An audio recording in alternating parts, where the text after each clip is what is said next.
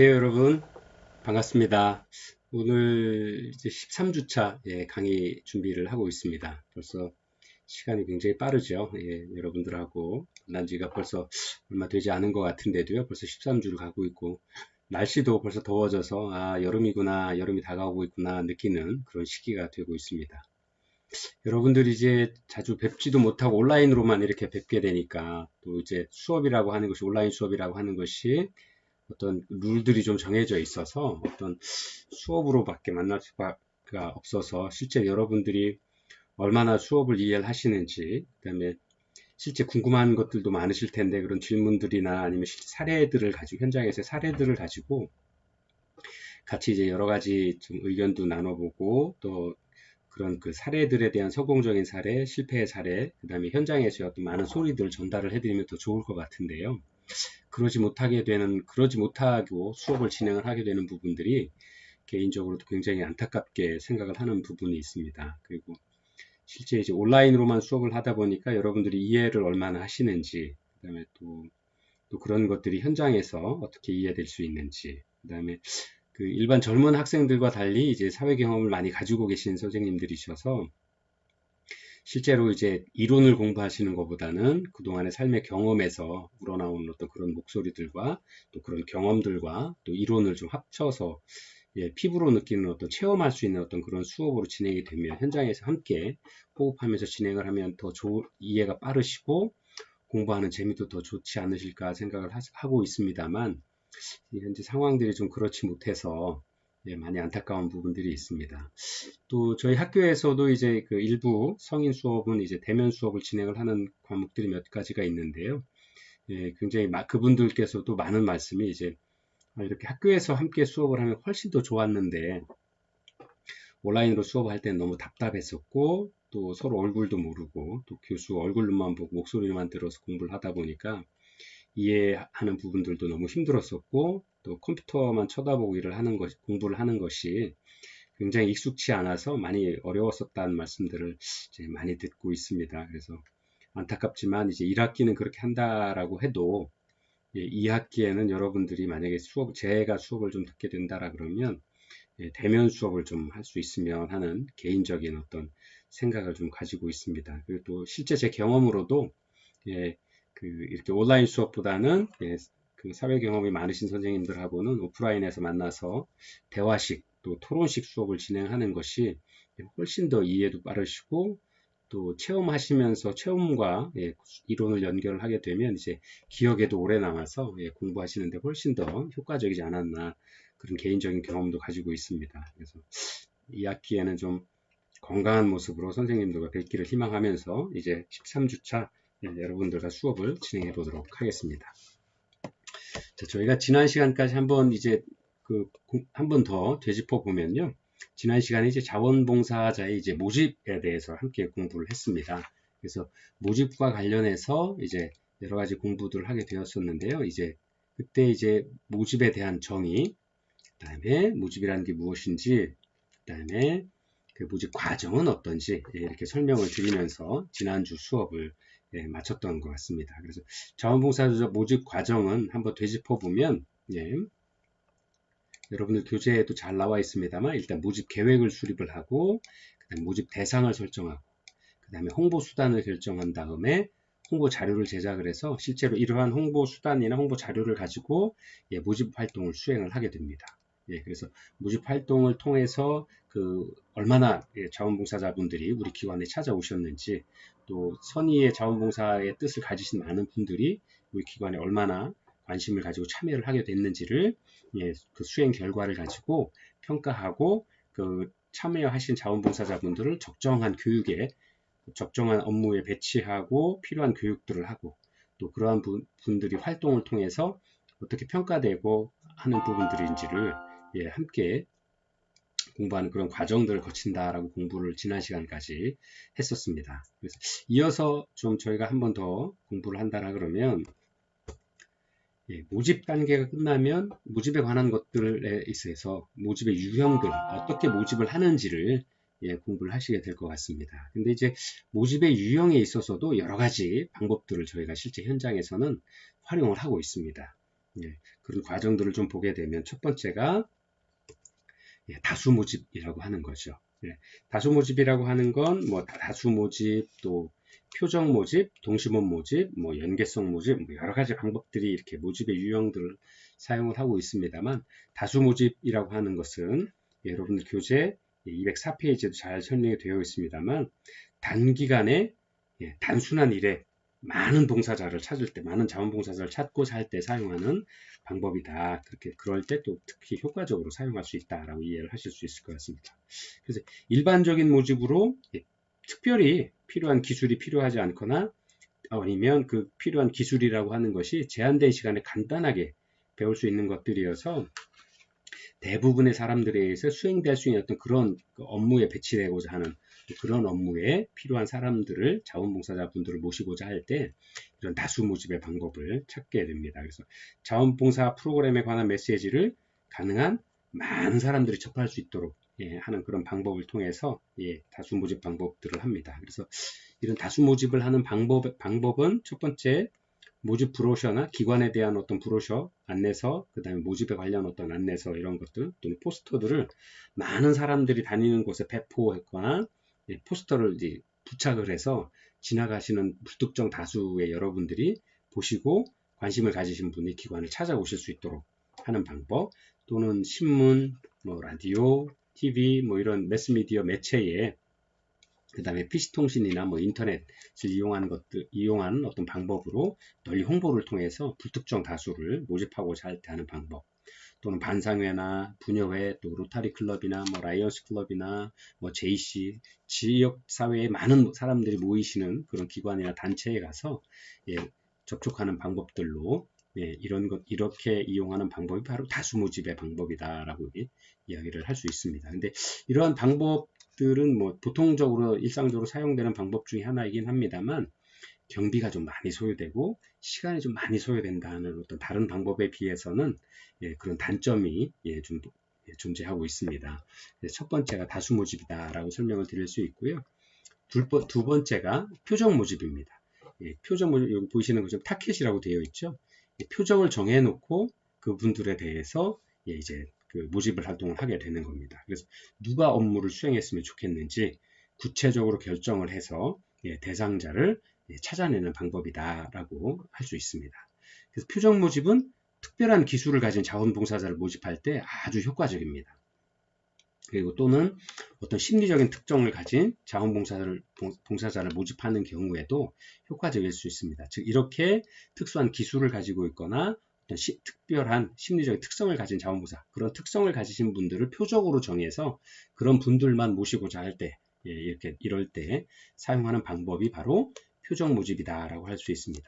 그래서 표적 대상자에 따라서 장소도 달라질 수 있고, 방문할 수 있는 장소도 달라질 수 있고, 또 표적 그 방법도, 자원봉사자를 모집하는 방법도, 홍보하는 방법도 달라질 수 있습니다. 예를 들어서 10대들을 찾기 원한다 그러면 아무래도 뭐 중고등학교 중고등학교 그들이 많이 모이는 중고등학교에 가서 홍보지도 돌리고 뭐 그런 방법들, 그 다음에 뭐 우리가 대상으로 삼는 어떤 그런 분들이 사는 지역이 있다라 그러면 그런 어떤 통적 장소를 찾아가서 할 수 있고요. 아니면 또 집단에 따라서는 뭐 그런 우리 기관에서 하고자 하는 일이나 프로그램 대해서 홍보하고 뭐 여러 가지 알릴 수 있는 방법들을 이용을 해서 할 수 있도록 하는 것들이 있겠죠. 그래서 이러한 표적 모집을 위한 준비 과정을 여러분 이만식 연구자는 이렇게 소개를 하고 있습니다. 8가지 과정으로 설명을 하고 있는데요. 첫 번째가 자원봉사자가 수행할 직무는 무엇인가? 그 다음에 두 번째, 그 직무에 관심이 있는 잠재적인 자원봉사자는 누구인가? 즉 타켓이 어디 있는가를 좀 정확히 알고자 하겠죠. 그 다음에 세 번째, 잠재적 자원봉사자를 어디서 찾을 수 있을 것인가?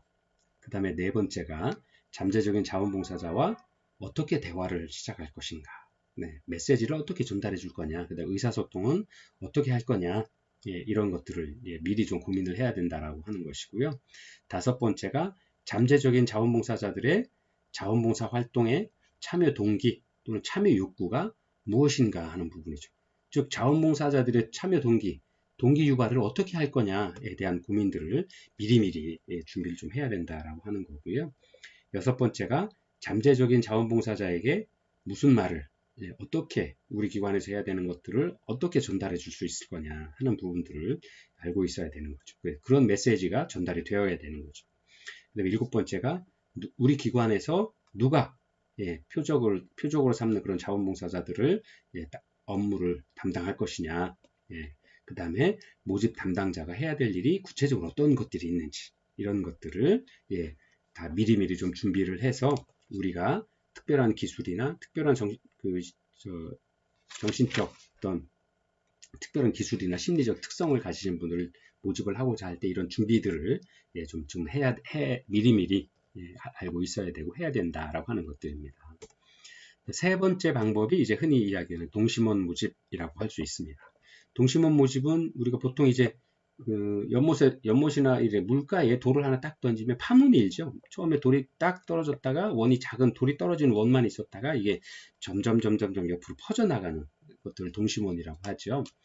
그런 것처럼 초기에 한 분을 기관과 즉 이렇게 첫 번째의 그 자원봉사자 모집을 기관과 관련이 있거나 아니면 그런 기존에 봉사활동을 했거나 하는 그런 분들을 시작으로 해서 그분들이 알고 계시는 주변의 다른 분들 또 그분을 통해서 또 다른 분들을 그래서 동심원이 옆으로 퍼져나가듯이 매개가 되었던 우리 기관과 연계를 맺으셨던 기존의 자원봉사자분들이거나 아니면 관심을 가지고 있는 많은 외부의 그 자원들을 통해서 점점 더 옆으로 퍼져가면서 자원봉사자들을 모집해가는 방법 바로 이런 것들이 동심원 모집이다라고 하는 겁니다. 그래서 동심원을 형성을 할 수 있는 가장 이상적인 그 집단에는 현재 자원봉사를 하고 있는 자원봉사자분들 아니면 그런 자원봉사자분들과의 친구나 친척분들 또는 자원봉사 대상자 및 그들의 친구나 직원 또는 후원자 이런 많은 지역사회 주민들 이런 분들을 통해서 많은 자원봉사자분들을 모집하는 방법으로 그런 유형으로 소개를 드릴 수 있을 것 같습니다. 자, 네 번째가 연계성 모집입니다. 연계성이라고 하는 것은 자화정체감이나 아니면 연계성이 강한 사람들이나 집단으로 이루어진 닫힌 체계들에서의 모집 방법입니다. 그럼 그들만의 어떤 그 연계성을 가지고 모임을 하고 계신 분들을 통해서 또 다른 또 그와 함께 연계가 되어 있는 또 다른 모집 집단들에 대해서 또 모집하고 하는 방법들입니다. 그래서 학교, 회사, 전문직업, 교회 신도분들, 이웃, 아니면 군사시설이 만약에 가까이 있다라고 그러면 그런 군사시설이나 이런 곳들을 대상으로 설명을 할 수 있겠죠. 그래서 연계성 모집 캠페인에는 첫 번째 그 세 가지 단계를 이야기를 하는데요. 첫 번째가 단체 그 참여 문화를 형성하는 겁니다. 왜냐하면 그들만의 독특한 어떤 그 교회라든가 아니면 군사기지라든가 아니면 군인이란 특성이 있죠. 아니면 교회에는 개신교 신자분들 아니면 카톨릭이면 카톨릭 신자 아니면 불교 신자면은 각 종교들마다 그들만의 어떤 그 같은 목적과 같은 사고방식 아니면 같은 의사를 사고에 대한 어떤 동의하는 방법들을 가지고 계신 거죠. 그래서 그분들끼리만의 통해서 연결을 해나갈 수 있다라는 그게 이제 연계성 모집이라고 하는 건데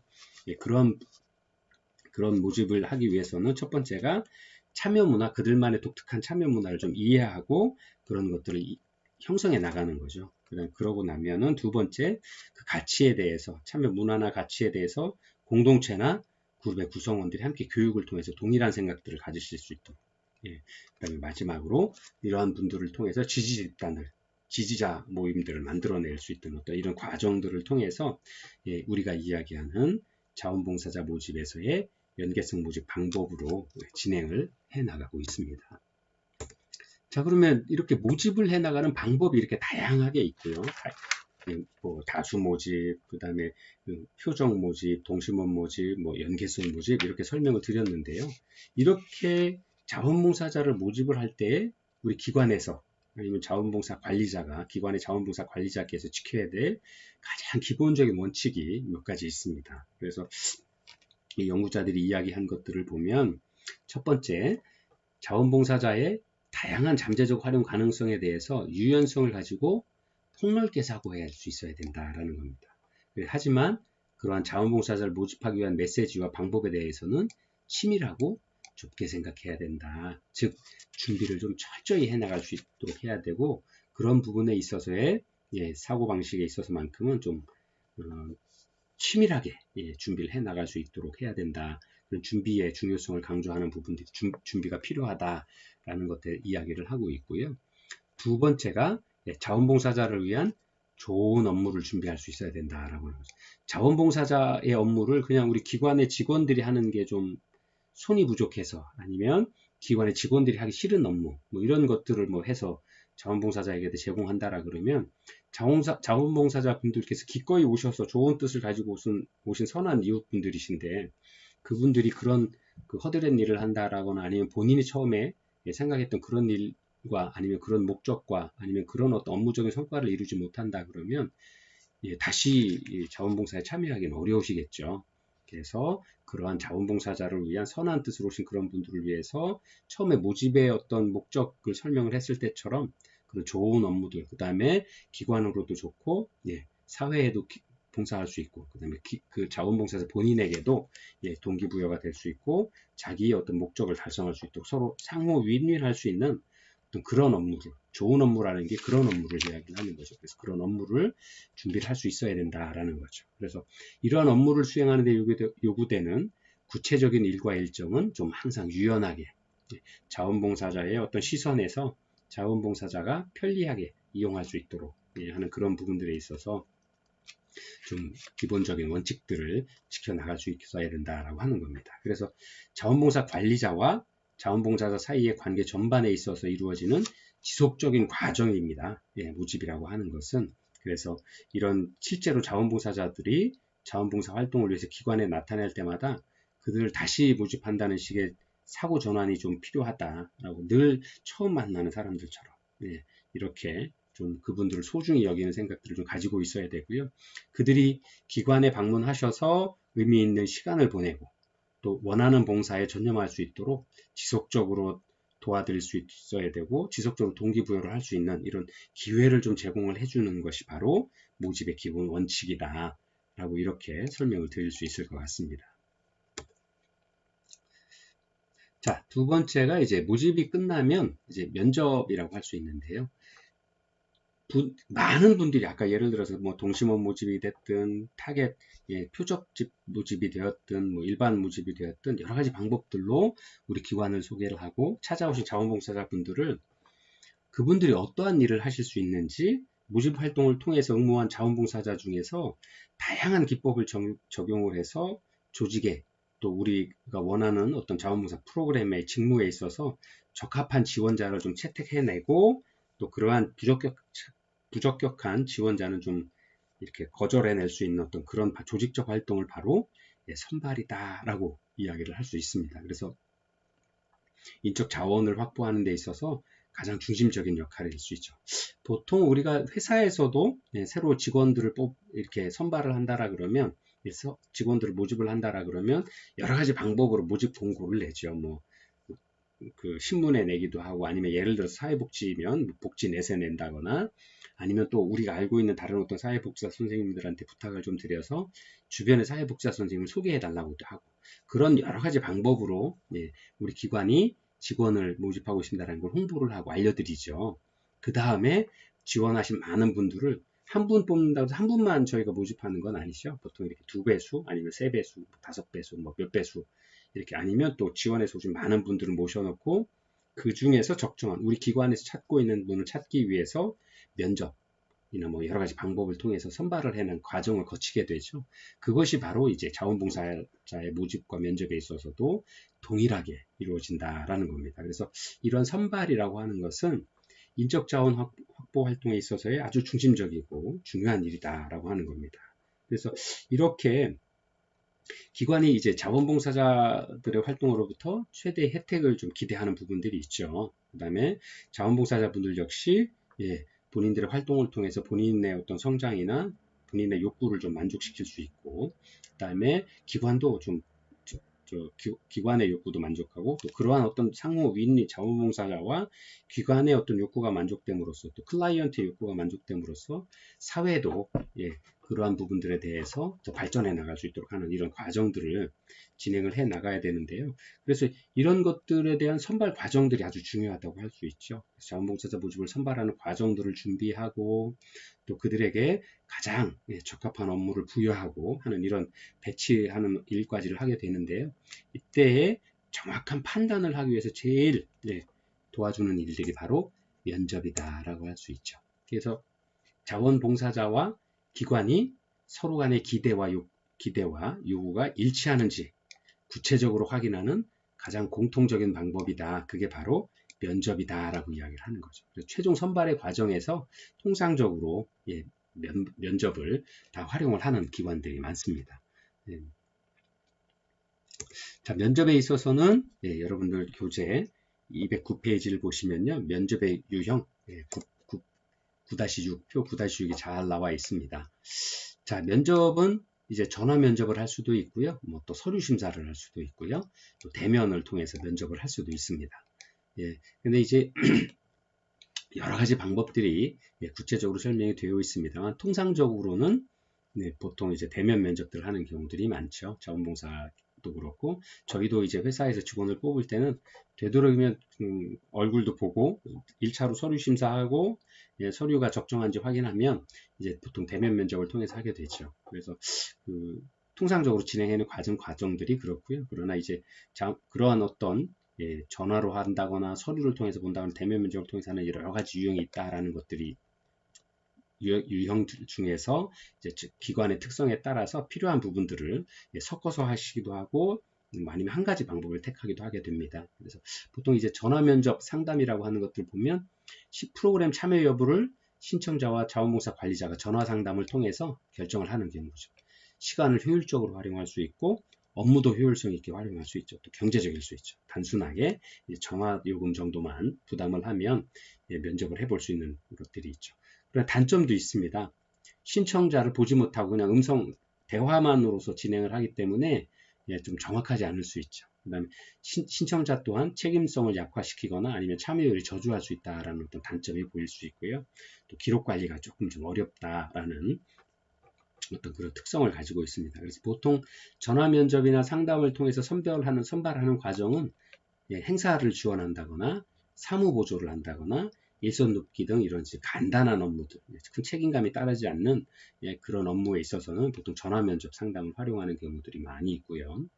두 번째가 서류 심사인데요. 서류 심사는 제출된 프로그램 참여 신청서를 토대로 자원봉사 관리자가 프로그램 참여 여부를 결정하는 방법이 바로 서류 심사 방법입니다. 그래서 장점으로는 시간을 좀 효율적으로 활용할 수 있고 신청자에 대한 정보 수집이 용이하고 책임성을 전화 면접보다는 좀 더 강화할 수 있다라는 것. 그 다음에 기록 관리가 아주 용이하다. 서류를 검토한 거기 때문에 그 검토한 서류들이 늘 가지고 있을 수 있는 거죠.